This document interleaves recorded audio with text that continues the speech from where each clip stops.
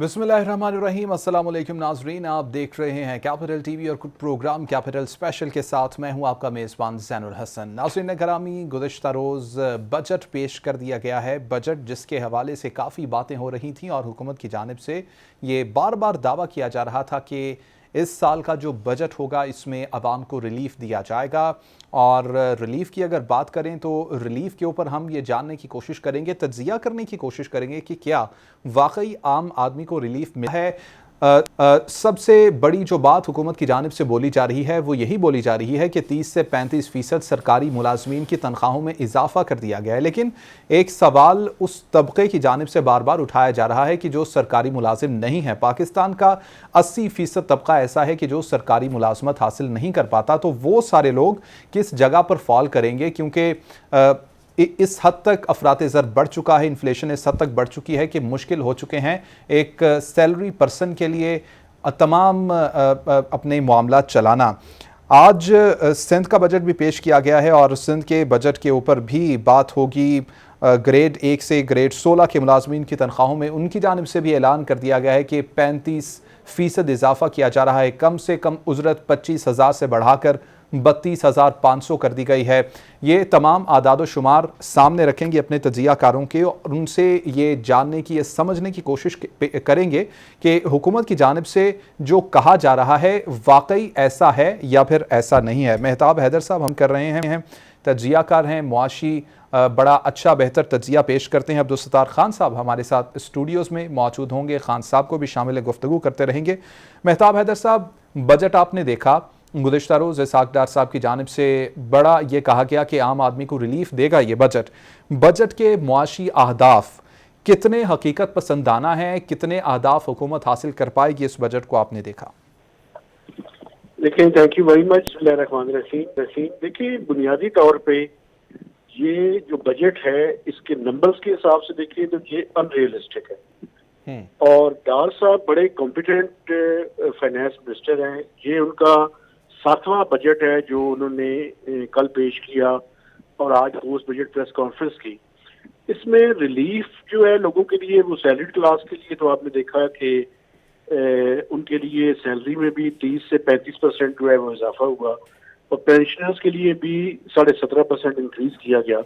Minimum wages जो है वो बढ़ाए गए हैं। लेकिन ये बजट के नंबर्स जो है वो रियलिस्टिक नहीं है। उसकी वजह ये है कि हुकूमत को भी ये पता है कि तकरीबन अगर बजट पास हो जाता है तो उसके तकरीबन 40 या 45 दिन बाद इलेक्शन और उनका टेन्योर कंप्लीट हो जाएगा।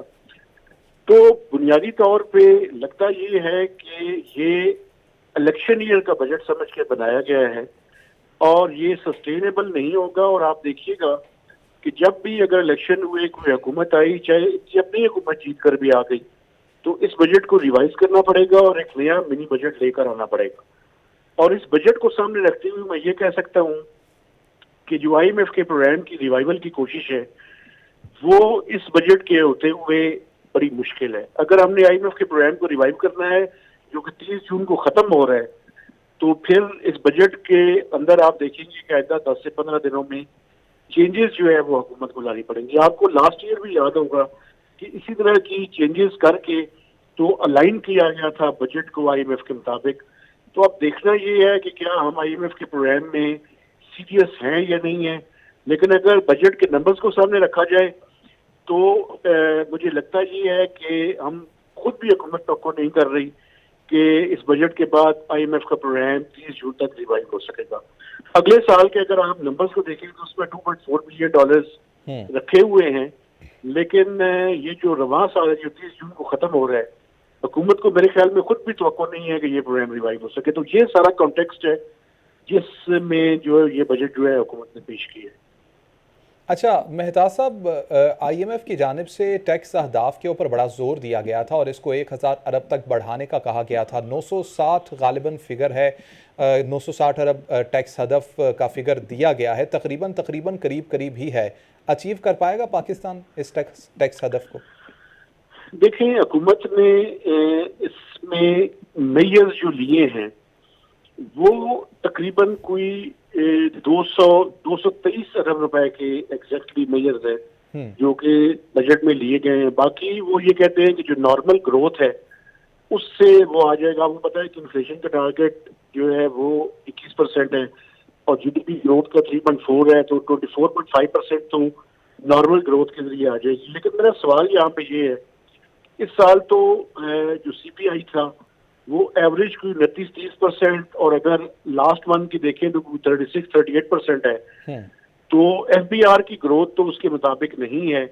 तो क्या मौजूदा हो जाएगा कि अगले साल जो नॉर्मल ग्रोथ है वो आ जाएगी। तो ये जो एफबीआर का टारगेट है, ये टैक्सेशन में इसको सामने रखते हुए मैं कह सकता हूँ कि ये अचीव नहीं होगा। इससे बड़ा जो एनटीआर का टारगेट है, जो नॉन टैक्स रेवेन्यू है, उसमें कोई हुकूमत तो कर रही है कि 2.9 ट्रिलियन जो है वो आ जाएगा, वो भी अनरियलिस्टिक है। तो ये टारगेट्स जो टैक्स और नॉन टैक्स का है, इसमें कोई तकरीबन हुकूमत ने कुछ 3 ट्रिलियन रुपए का इसके अंदर इजाफा प्रोजेक्ट किया है। तो इसके अंदर शॉर्टफॉल होगा, तो इसके नतीजे में जो हमारा बजट डेफिसिट है अगले माली साल का, उसके बढ़ने के जो है वो इम्कानात है। अच्छा मेहताब साहब, यहाँ पर सवाल ये उठाया जाता है और उठाया भी जाना चाहिए कि पैसा कमाने के लिए सनतें मौजूद नहीं हैं, और जो सनतें हैं वो बहुत कम हो चुकी हैं। आइंदा अहदाफ को पूरा करने के लिए भी कोई ना कोई सनतों को रिवाइवल देना पड़ेगा। इस तरह की कोई चीज़ हमें बजट में नज़र आती है, कोई रिवाइवल मिलता नज़र आता है कि पैसा कमाया जाए, पैसा मुल्क के अंदर ही जनरेट किया जाए, उसके बाद जाहिर है सूद भी अदा करना है कर्ज़ों के ऊपर और तमाम बाकी मामलात भी चलाने। देखिए, इस टाइम जो सबसे बड़ा प्रॉब्लम है वो ये है कि जो लार्ज स्केल मैन्युफैक्चरिंग की ग्रोथ है उसकी कॉन्ट्रैक्शन है कोई -25%। एक तो उस कॉन्ट्रैक्शन को खत्म करके उनको पॉजिटिविटी की तरफ लेकर आना है। दो चीजें जो है वो हुकूमत ने इस सिलसिले में इम्पोर्टेंट की है। एक तो जो एसएमई की लिमिट थी जो कि 250 मिलियन रुपीस तक की थी, उसको बढ़ा के 800 मिलियन तक कर दी गई है। तो यानी इस रेंज के जो एसएमईज है उनको लोन्स के लिए कोलैटरल की जरूरत जो है वो नहीं होगी। तो ये मैं समझता हूँ एसएमईज के लिए बड़ा इंपॉर्टेंट है। जो एग्रीकल्चर सेक्टर है, क्योंकि बेसिकली आपको रॉ मटेरियल कहीं से मिलेगा तो वहाँ पसंद नहीं चलाएंगे, बस कॉटन होगी तो यहाँ पे टेक्सटाइल सेक्टर चलेगा। तो बुनियादी तौर पे वहाँ पे उनकी जो लोन की डिसबर्समेंट है उसके टारगेट को बढ़ाया गया है। लेकिन बुनियादी तौर पे सवाल यही है कि जब तक आपका डॉलर लिक्विडिटी क्रंच है और आप चीजें इंपोर्ट्स नहीं कर सकते, मशीनरी नहीं आ सकती, क्योंकि ना रॉ मटेरियल आ सकता है, तो बुनियादी तौर पे आप कैसे एक सनतों को चलाएंगे ऐसे वक्त में जब हमारे पास डॉलर ही मौजूद नहीं है। तो ये एक मेजर चैलेंज जो है वो इकॉनमी के लिए इस टाइम ये बन चुका है कि हम अपना जो डॉलर लिक्विडिटी क्रंच का शिकार है पाकिस्तान, इस डॉलर लिक्विडिटी क्रंच से जो है वो बाहर आए। इसी सिलसिले में डार साहब ने जिन जो पोस्ट बजट प्रेस कॉन्फ्रेंस की है उसमें जो सबसे अहम बात की है उन्होंने ये कहा है कि पाकिस्तान इस बात के लिए तैयार है कि जो अपने बायलैटरल उसके डोनर्स हैं, चाइना का नाम उन्होंने उसमें नहीं लिया, लेकिन चाइना का कर्जा सबसे ज्यादा है चूंकि बायलैटरल्स में, तो उनसे पाकिस्तान डेट की रिस्ट्रक्चरिंग की बातचीत का आगाज करेगा इस बजट की अप्रूवल के बाद। That is the most significant thing, क्योंकि पाकिस्तान के जो चाइना से बायलैटरल डिपॉजिट्स और सारे कमर्शियल लोन्स और गवर्नमेंट लेवल के लोन्स हैं, उन सबको अगर मिलाया जाए तो 27 से 30 बिलियन डॉलर्स के ये लोन्स हैं। तो पाकिस्तान ये चाहता है कि इनकी मेच्योरिटी के अंदर इनको थोड़ा सा प्रोलॉन्ग किया जाए ताकि हमें एक ब्रीदिंग स्पेस जो है वो मिल सके। तो ये अगर हम IMF के प्रोग्राम में अगले साल जाए भी तो उसके लिए भी जरूरी होगा कि हम चाइना का जो लोन रिस्ट्रक्चर है उस पे ये उनकी कंडीशन होगी कि पहले लोन रिस्ट्रक्चर करके लाएं, उसके बाद कोई IMF का लोन जो है वो हमें मिलेगा। तो ये बड़ी इंपॉर्टेंट बात जो है वो डार साहब ने आज अपनी पोस्ट बजट प्रेस कॉन्फ्रेंस में की है।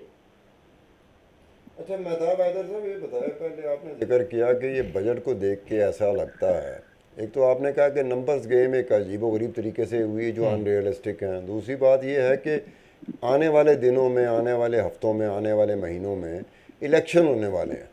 तो ये जिस तरह का बजट पेश किया गया है, ये आने वाले जो इलेक्शन होंगे उसमें ये जमातें जो इस वक्त हुकूमत में ये भी इलेक्शन में हिस्सा ले रही होंगी, तो इसका बजट का सिग्निफिकेंट इम्पैक्ट इलेक्शन के हवाले से सामने आएगा? क्या इनको मदद करेगा या ये रुल जाएंगे?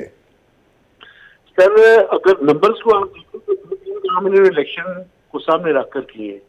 एक तो जो सैलरी और पेंशन में इंक्रीज है ये बिल्कुल इलेक्शन को सामने रख के किया है। देखिए इन्फ्लेशन भी थी, इसमें कोई शक नहीं है कि एक मुल्क में जहाँ पे फूड इन्फ्लेशन कोई 48% हो, 50% जो हाइपर इन्फ्लेशन है उसके करीब खड़ी हो, और हेडलाइन इन्फ्लेशन भी 36-37%, 38% के पास हो, तो वहाँ पे 30 से 35% जो है वो लोगों की सैलरीज और इसी तरह पेंशनर्स की पेंशन में इजाफा होना चाहिए था।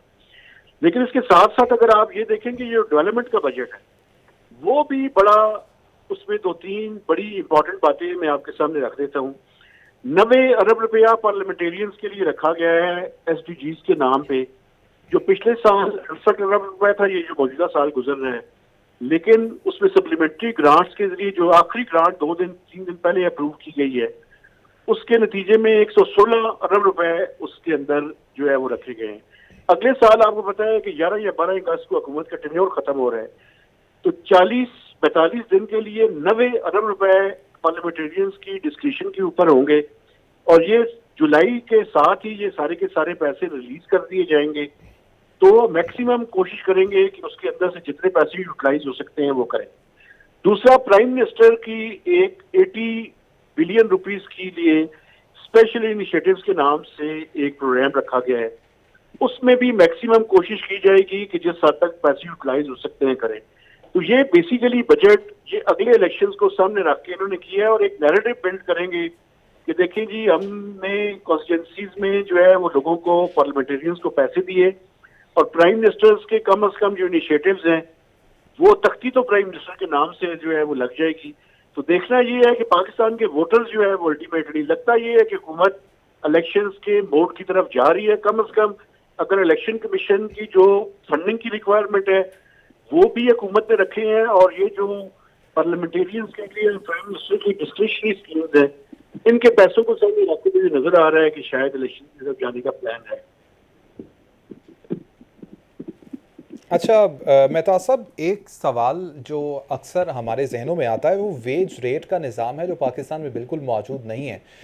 जब भी कोई भी गवर्नमेंट बात करती है तो वो बाहर के मुल्कों के साथ इसको कंपेयर करती है, चाहे वो बरतानिया हो या अमेरिका हो, लेकिन वहाँ पर इन्फ्लेशन बढ़ती है तो उसी हिसाब से वेज रेट भी बढ़ता है। पाकिस्तान की बदकिस्मती ये है कि यहाँ पर सिर्फ ये ऐलान कर दिया जाता है कि सरकारी मुलाजमीन की तनख्वाहों में इतने फ़ीसद इजाफा कर दिया जाएगा, लेकिन उसका इम्पैक्ट प्राइवेट सेक्टर के ऊपर बिल्कुल नहीं आता। Check and balance private sector के ऊपर इसका बिल्कुल भी नहीं है कि जिस हिसाब से तनख्वाहें बढ़ी क्या प्राइवेट सेक्टर में भी उसी हिसाब से तनख्वाहें बढ़ी। इस किस्म का कोई निज़ाम पाकिस्तान में वज़ा क्यों नहीं किया जाता और इसके मुतालिक बात क्यों नहीं की जाती? देखिए, एक तो कंज्यूमर प्रोटेक्शन जो फोरम्स हैं वो पाकिस्तान में लैक करते हैं, और दूसरा ये है कि आप ये देखिए कि एक काम तो हुकूमत ने किया है वो ये है कि मिनिमम वेजेस जो कि फेडरल गवर्नमेंट का 25,000 था उसको बढ़ा के 32,000 कर दिया, लेकिन वो अलग बात है कि उस पर इम्प्लीमेंटेशन नहीं होती। एग्जैक्टली। तो अब इम्प्लीमेंटेशन का जो मैकेनिज्म है उसको स्ट्रेंथन करने की जरूरत है। और आज जो पोस्ट बजट प्रेस कॉन्फ्रेंस थी उसमें भी बार बार ये सवाल फाइनेंस मिनिस्टर से होता रहा, और वो यही जवाब देते रहे कि अगर किसी को शिकायत है तो वो शिकायत लेकर जाए तो हुकूमत उस पर एक्शन करेगी। लेकिन मेरे ख्याल में एक पूरे का पूरा मैकेनिज्म इसमें डेवलप करने की जरूरत है। और दूसरा, ये जो कंज्यूमर प्रोटेक्शन के मुख्तलिफ इदारे हैं उनको भी जो है वो पाकिस्तान में, और कंज्यूमर्स की जो वॉइस है उसको जो है वो इंस्टीट्यूशनलाइज करने की पाकिस्तान में शदीद जरूरत है। वहां पे आप देखेंगे अगर किसी चीज की कोई प्राइस बहुत बढ़ जाती है किसी भी डेवलप कंट्री में तो वो उसका बाइकाट कर देते हैं, और इस हद तक वो इफेक्टिव होता है कि उस चीज को लोग लेना ही छोड़ देते हैं। लेकिन पाकिस्तान में इसकी कमी है। सोशल मीडिया के जरिए इसको प्रमोट तो किया जा रहा है, लेकिन जो कंज्यूमर प्रोटेक्शन के इदारे हैं और खासकर जो सिविल सोसाइटी है उसको इस सिलसिले में अपना रोल जो है वो प्ले करना चाहिए। और मीडिया, हम जो लोग हैं, हमारा भी ये काम है कि हम ज़्यादा से ज़्यादा इस सिलसिले में शऊर जो है वो लोगों के अंदर पैदा करें। बिल्कुल ठीक। अच्छा मेहताब साहब, कुछ दिनों से बॉर्डर सिस्टम का जो निज़ाम लाने की बातें हो रही हैं कि डॉलर का इस्तेमाल बिल्कुल नहीं किया जाएगा, चीज़ों के बदले चीज़ों का लेन देन, जिस तरह से काफ़ी पुराने ज़माने में होता जब करेंसी नहीं थी, कितना ये सूदमंद साबित हो सकता है और डूएबल कितना है आजकल के सर्कमस्टांसेस को देखते हुए? देखिए, बिल्कुल ये डूएबल है, लेकिन मसला ये है कि जो 3 ममालिक के साथ हमने शुरू किया है इनके साथ जो हमारा बायलैटरल ट्रेड का क्वांटम है ये कुछ ज्यादा नहीं है। लेकिन अल्टीमेटली हमें वो सारे एवेन्यूज तलाश करने चाहिए और मैक्सिमम अपनी ट्रेड को उसके ऊपर शिफ्ट करना चाहिए, जिसके नतीजे में जो हमारी डॉलर की रिक्वायरमेंट है, जो कि मैं पहले कह रहा था कि हम डॉलर लिक्विडिटी क्रंच के शिकार हैं, उसको जिस हद तक हम मिनिमाइज कर सकते हैं, $1 भी अगर बचाया जा सकता है तो उसका तरीका यही है कि हम उसको या तो इंपोर्ट सब्स्टिट्यूशन की तरफ जाएं या इसकी तरफ जाएं, ये जो बार्टर ट्रेड है। इट्स वेरी गुड आइडिया, लेकिन ये मोमेंटम पिक करने में इसको टाइम लगेगा, क्योंकि उसकी वजह ये है कि ये जिन ममालिक के साथ है, चूंकि उनके साथ हमारा कोई बायलैटरल ट्रेड तो है लेकिन उसका वॉल्यूम इतना सिग्निफिकेंट नहीं है, तो इसको ग्रेजुअली जो है वो हमें प्रमोट जो है वो करना पड़ेगा, अपने लिंकेजेस ठीक डेवलप करने पड़ेंगे और इसकी तरफ जो है वो हमें जाना पड़ेगा। खासकर ये जो हमारा ऑयल और फ्यूल की रिक्वायरमेंट है, जिसमें फर्नेस ऑयल भी है, POL भी है, RLNG भी है, ये पाकिस्तान के लिए बहुत सिग्निफिकेंट है और हमें इसकी तरफ रशिया भी हमें ये मुहैया कर सकता है और पेट्रोलियम प्रोडक्ट्स जो है वो ईरान से भी हम मंगवा सकते हैं। तो अगर हम जितनी जल्दी अपने आप को अलाइन करें, मेरा ख्याल है कि इसमें टाइम डेफिनेटली लगेगा थोड़ा सा, क्योंकि अलाइन करने में और मैकेनिज्म डेवलप करने में और शिफ्ट करने में it will take certain time, तो थोड़ा सा लेकिन हमें आगाज इसका जरूर कर देना चाहिए। अच्छा मेहताब साहब, अभी आपने रशिया की बात की, बड़े दावे किए जा रहे थे कि रशिया से पेट्रोलियम मसनूआत आना शुरू हो जाएंगी। अगर इस मुताल्लिक कुछ अपडेट्स आप पहुंचा सकें हमारे नाज़रीन तक कि कोई ऐसा मुआहिदा मौजूद भी है और अगर है तो किस हद तक उसके ऊपर काम कर लिया गया है? देखिए, बुनियादी तौर पे उनका जो कंसाइनमेंट है वो दावा किया जा रहा था कि पिछले माह के आखिर तक पहुंच जाएगी, अभी तक वो नहीं पहुंची और अभी ये दावा किया जा रहा है कि आइंदा चंद दिनों में या विदिन ए वीक जो है वो पहुंचेगी। लेकिन अभी देखें ना, अभी बड़ा स्टार्ट है, इसको पिकअप करने में टाइम लगेगा। जब ये इसको बल्क भी हम लेकर आएंगे तो फिर उसके बाद प्राइसेस में फर्क पड़ेगा। अभी जो मंगवाया जा रही हैं उसके नतीजे में हमें ये तवक्को नहीं करनी चाहिए कि इसके नतीजे में प्राइसेस के अंदर कोई इसका इम्पैक्ट इतना आएगा। तो जैसे जैसे हम शिफ्ट करेंगे और प्राइसेस अगर वहां से, और डेफिनेटली इनकी प्राइसेस, रशिया की प्राइसेस जो फ्यूएल की है वो हमें कम पड़ेंगी, तो उसके नतीजे में हमारा जो पेट्रोलियम प्राइसेस का आपको पता है पाकिस्तान में इस टाइम इन्फ्लेशन के अंदर बड़ा मेजर इसका रोल है, तो हम फ्यूचर में तवक्को कर सकते हैं कि उसके इम्पैक्ट के नतीजे में प्राइसेस कम होंगी। लेकिन फौरी तौर पे अगर हम ये समझते हैं कि आइंदा चंद हफ्तों में इसके नतीजे में प्राइसेस कम हो जाएंगे तो शायद ऐसा मुमकिन नहीं है। यानी आप ये कहना चाह रहे हैं कि बिल्कुल ही मामूली मिकदार पाकिस्तान में इंजेक्ट होगी रशिया से, इतनी बड़ी कोई क्वांटिटी नहीं है जिससे हम ये कह सकें कि कोई बड़ा प्राइस में फ़र्क आएगा पाकिस्तान में? जी बिल्कुल, मैं यही कहना चाह रहा हूँ कि ये देखिए, ट्रेड की जो लिंकेजेस है उनको डेवलप करने में टाइम लगता है और उसके अंदर एक टाइम लैग जो है वो डेफिनेटली होगा। लेकिन अगर आज हम काम शुरू करें तो 6 से 9 माह के बाद हम ये तवक्को कर सकते हैं कि हमारा जो शिफ्ट है वो ज्यादा बल्क भी उनकी तरफ हो जाएगा, तो प्राइसेस में कमी आएगी। लेकिन फौरी तौर पे आइंदा चंद दिनों या चंद हफ्तों में इसके नतीजे में आप ये समझिए कि प्राइस कम हो जाएगी, तो शायद ये मुमकिन नहीं होगा। अच्छा मेहताब साहब, ये बताइएगा कि इस बजट के आदाद शुमार को सामने रखते हुए आम आदमी की ज़िंदगी में आने वाले कुछ महीनों के अंदर कुछ बेहतरी नज़र आ सकती है? नहीं, देखिए, हमें ये तवक्को नहीं रखनी चाहिए, क्योंकि हुकूमत खुद ये, आप इससे नजर लगा ले, ये जो साल 30 जून को ख़त्म हो रहा है इसमें एवरेज इन्फ्लेशन जो है 29 से 30% के दरमियान है। मंथली इन्फ्लेशन तो ज़्यादा है, लेकिन अगर मंथली पूरे साल की एवरेज काउंट करेंगे तो वो 29 से 30% के दरमियान होगी। अगले साल की हुकूमत खुद ये कह रही है कि इन्फ्लेशन का जो एवरेज फिगर है वो 21% होगा। तो इससे अंदाजा लगा सकते हैं आप कि आइंदा चंद महीनों के दौरान ये जो महंगाई का प्रेशर है ये नीचे आने वाला नहीं है। और वैसे भी महंगाई हालांकि बेस इसकी हायर होगी, तो अगले महीनों में जो है वो ऑफिशियल नंबर तो शायद थोड़ा सा गिरता हुआ नजर आए, लेकिन प्राइसेस जब भी बढ़ती हैं तो ये एक ऐसा जिन है जो बोतल में इतनी आसानी से जो है वो नहीं आएगा, तो इसमें टाइम लगेगा।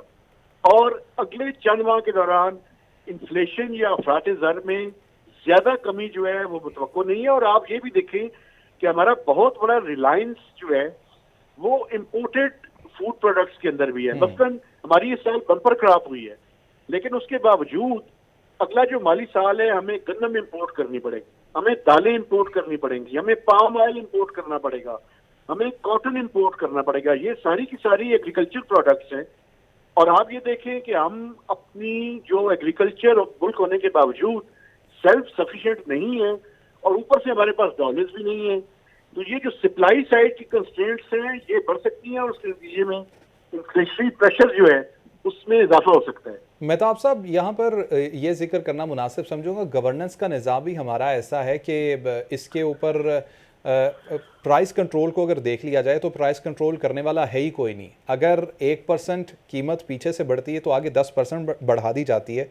इसके ऊपर भी हुकूमत को ज़रूर गौर करना चाहिए अगर आम आदमी को वाकई रिलीफ देना चाहती है हुकूमत। देखें, सत्तार खान साहब आपके साथ बैठे हुए हैं, आप इनसे जरूर ये इशू डिस्कस कीजिएगा। मुशर्रफ साहब के जमाने में मैजिस्ट्रेसी सिस्टम को जब खत्म किया गया तो उसका जो बड़ा लॉस हुआ वो ये हुआ कि वो जो मैजिस्ट्रेट्स थे वो प्राइसेस को कंट्रोल करते थे। उसके बाद जब 80th अमेंडमेंट हुई तो ये प्राइसेस जो है वो चली गई सूबों के पास।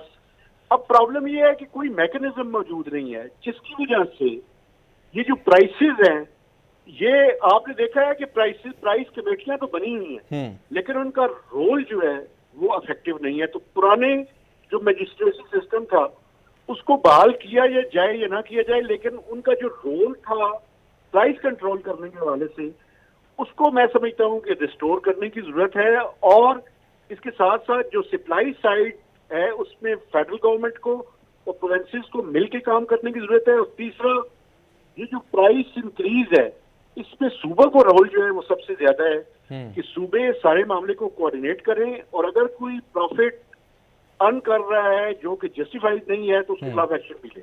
Exactly action. अच्छा मेहताब, एक बात बताएं आप कि IMF अगर पैसे दे देती है तो क्या जो हालात से दो चार है आज के दौर की हुकूमत, बड़ी मुश्किल में आज के दौर की हुकूमत बहुत ही मुश्किल में पड़ी हुई है, आइंदा आने वाले इलेक्शन में भी रिसीविंग एंड पे होंगे, ये पता नहीं वोट कैसे मांगेंगे, वोट इनको पता नहीं कैसे मिलेंगे।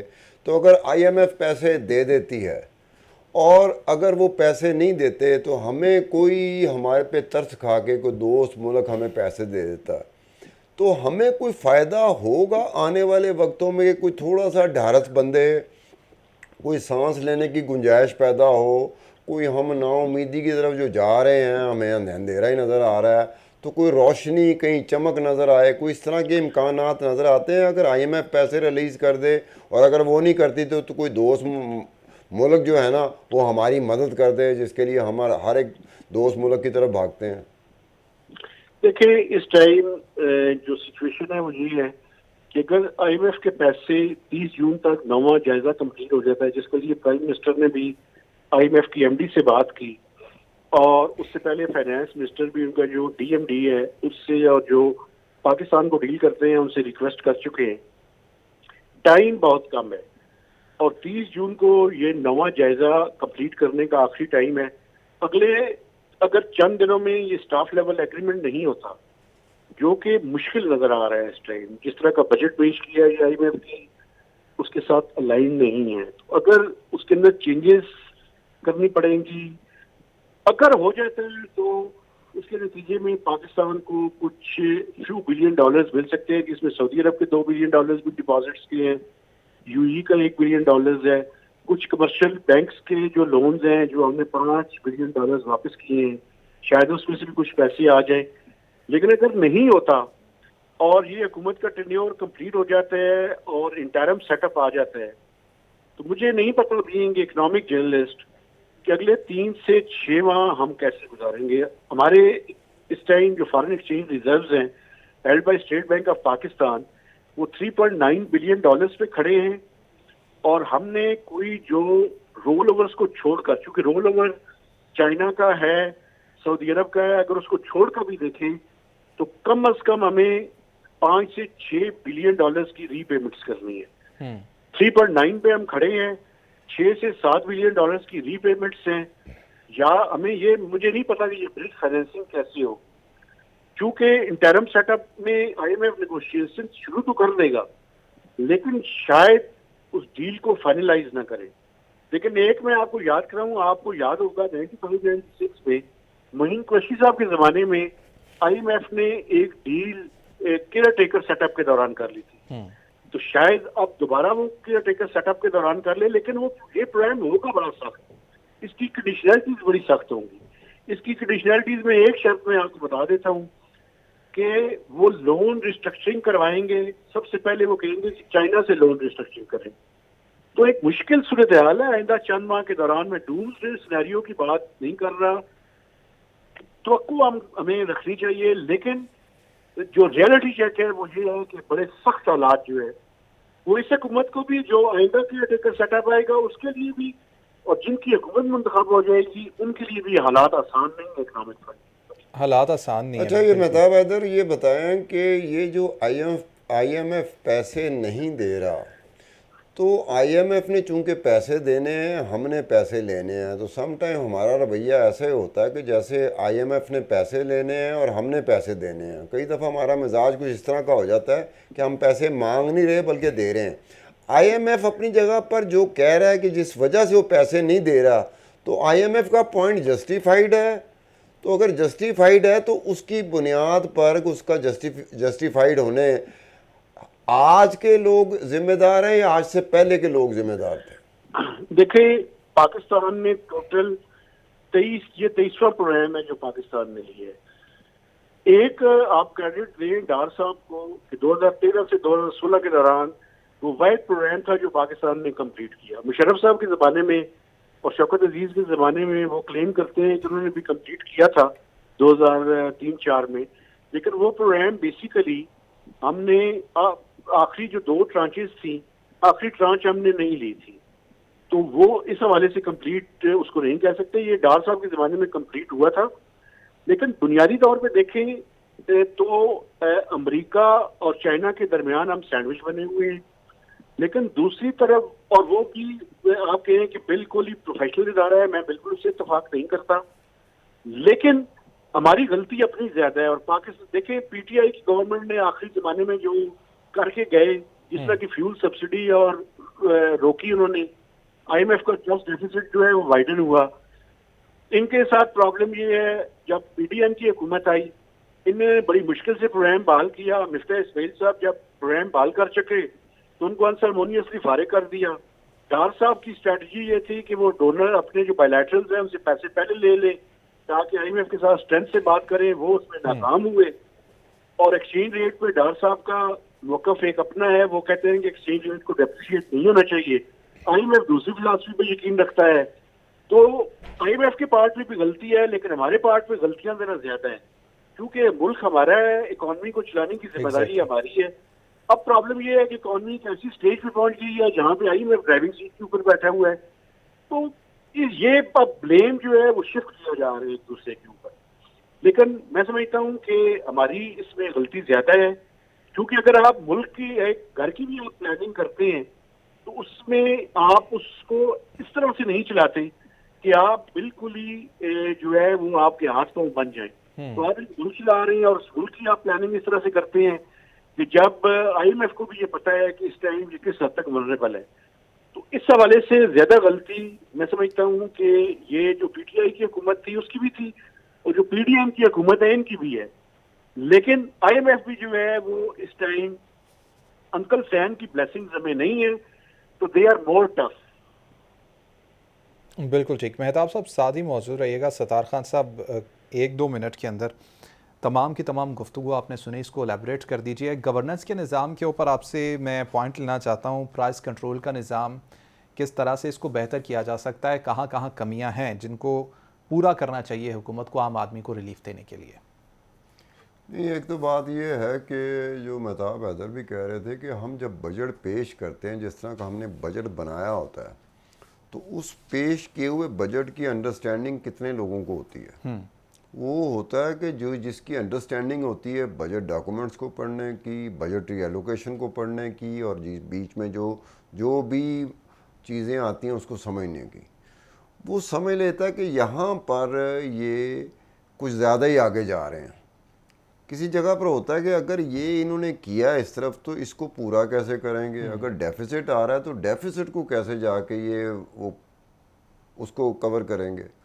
तो अंडरस्टैंडिंग ये जो बड़ी बात है ना वो ये है कि बजटरी जो एलोकेशन होती है, बजटरी डॉक्यूमेंट्स होते हैं या बजट बनाने का जो अमल पाकिस्तान में होता है, इसके बारे में कहा जाता है ये बहुत ही कॉम्प्लिकेटेड रखा जाता है। अब ये जानबूझ के रखा जाता है, इसमें एग्जेक्टिव्स इन्वॉल्व होते हैं, पार्लियामेंटेरियन की तो इतनी शमूलियत होती ही नहीं है। इनको तो सिर्फ ये पड़ा होता है कि मेरे हलके में कितने तरक्याती फंड्स आ रहे हैं, कितने तरक्याती काम हो रहे हैं, और ये मेरे जो साल का जो है मेरी कॉन्स्टिट्यूंसी मुझसे खुश होगी कि नहीं होगी, उसको इस चीज़ से कोई सरोकार नहीं होती, ना उसकी अंडरस्टैंडिंग है। बजट के डॉक्यूमेंट्स, मेरे जैसा बंदा जिसने डॉक्यूमेंट्स पे सारी ज़िंदगी काम किया है, बजट का डॉक्यूमेंट आ जाए तो मुझे किसी की मदद लेनी पड़ती है कि यार मुझे ये समझाओ, ये पोर्शन की मुझे समझ नहीं आ रही। अब उस तरीके से लें तो हुकूमत कई दफ़ा ये काम कर जाती है कि बारीकियों को समझने वाला ये ज़रूर कहता है कि यार यहाँ पर तो बहुत बड़ी झोल है, ये कैसे करेंगे, ये हमें क्या पूरी जैसे पाकिस्तान की कौम होती है क्या उस तरह का हमें नादान समझते हैं कि हम ये चीज़ ना पकड़ लें। कई लोग चीज़ें पकड़ लेते हैं। तो इस स्टाइल से ये लगता है कि आज के दौर की हुकूमत जिस किसी की भी है वो फंस बड़ी मुश्किल में गई है। एग्जैक्टली आप जब आए थे, हुकूमत आपने ली थी, तो क्या आपके जहन में नहीं था कि आने वाले वक्तों में आप इस तरह के हालात में आ जाएंगे कि आपके लिए इलेक्शन जीतना दूर की बात है, इलेक्शन लड़ना बड़ा मुहाल हो जाएगा। जब तक आपकी हुकूमत नहीं थी आप तो इलेक्शन जीत के बैठे हुए थे।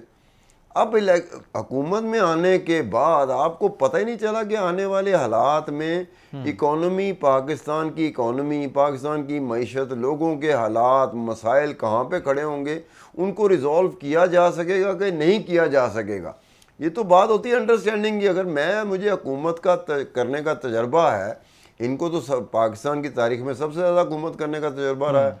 अगर आपकी अंडरस्टैंडिंग इस मामले में बिल्कुल फारग निकली है कि आपको पता ही नहीं चल सका, जब आप जिम्मेदारी कबूल कर रहे होते हैं हुकूमत में आना, तो मेरे ख्याल में ज़हन आप भी चाहते होंगे, कहीं ना कहीं आपकी ख्वाहिश होगी कि एक दिन की चाहे हुकूमत मिल जाए, 24 घंटे की मिल जाए। मेरे उधर भी होगा कि शायद एक दिन की मिल जाए, चाहे रात को सोते मिल जाए मुझे, मैं सोया हूँ उसी दौरान मुझे मिल जाए। हुकूमत का मज़ा, चस्का बड़ा खौफनाक होता है। लेकिन हुकूमत में आने के बाद जो नताइज होते हैं वो भी हुकूमत में आने वालों को भुगतना पड़ता है। आपने जिन हालात में कदम रखा, अब आप जो मर्जी कहें कि जी ये पहले ये हुआ था, ऊपर ये हुआ था, नीचे ये हुआ था, दाएं ये हुआ था, बाएं ये हुआ था।